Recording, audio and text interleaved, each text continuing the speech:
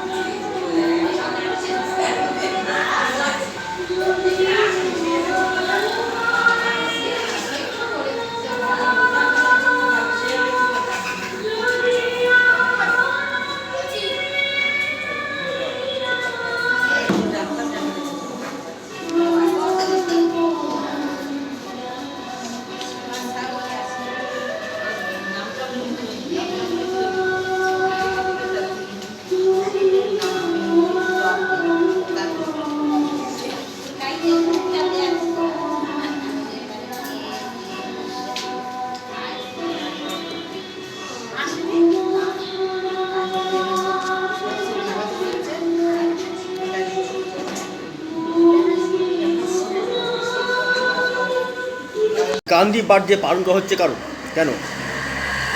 আমরা ডায়মন্ড হারবার নেহরু যুব কেন্দ্রের সহযোগিতায় মথুরাপুর 2 নম্বর ব্লকে সিংহের চক পল্লী উন্নয়ন সমিতিতে আজকে 2রা অক্টোবর গান্ধী জয়ন্তী উৎসব আমরা পালন করছি।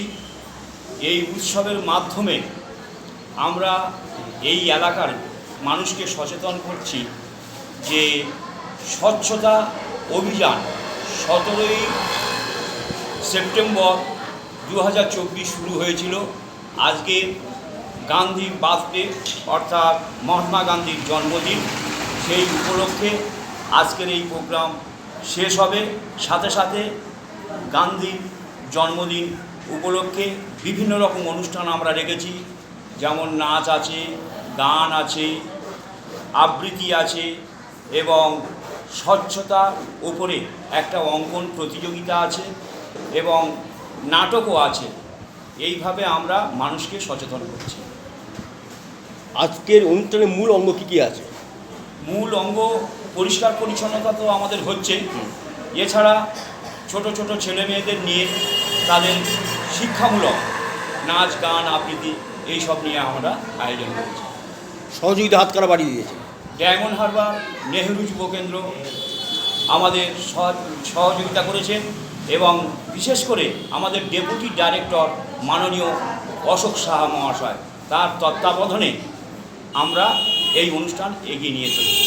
আজকে মানুষের কেমন সাড়া পাচ্ছেন এই অনুষ্ঠানে?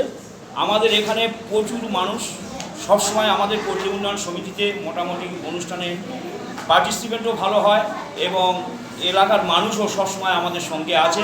আজকের ভালো ভালো সাড়া পড়বে। হ্যাঁ, আমার কাছে মোটামুটি লোক আসছে সবাই, বা ছেলে মেয়েরা, আমাদের গ্রামের ছেলে মেয়েরা, আশেপাশের ছেলে মেয়েরা সবাই কিন্তু এই অনুষ্ঠানে অংশগ্রহণ করছে। আপনার নাম ও পরিচয়? আমি সুরঞ্জন চক্রবর্তী, সিংহের চক পল্লী উন্নয়ন সমিতির সভাপতি। Thank you. আমাদের একটা স্বচ্ছতা সেবা প্রোগ্রামের আয়োজন করা হয়েছিল, যেটা শুরু হয়েছিল 17ই সেপ্টেম্বর 2024 থেকে আজকের পর্যন্ত। আজকের এই পূর্ণ লগ্নে পূর্ণ দিনে কিন্তু এই অনুষ্ঠানটা আমাদের শেষ হতে চলেছে। আমরা কদিন ধরে আমরা বিভিন্ন ধরনের এই স্বচ্ছতার উপরে একটা প্রোগ্রাম করেছি, যেটা নাকি আশেপাশে যে সমস্ত নোংরা আবর্জনা পড়ে থাকে সেগুলো আমরা একত্রিত করে একটি প্লাস্টিক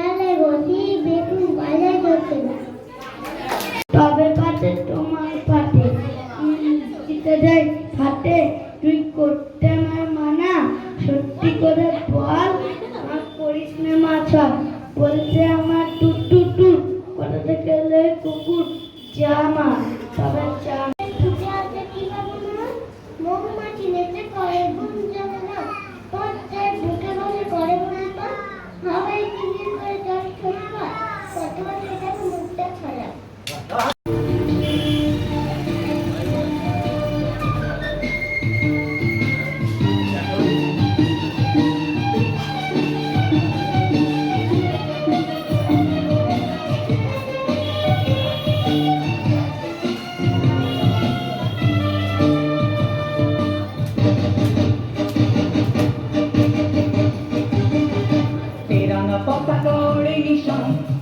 বাতাসে বাজে কিষান কণ্ঠে এগিয়ে যাবার গান করেছি উচ্চারণ বন্দে মাতরম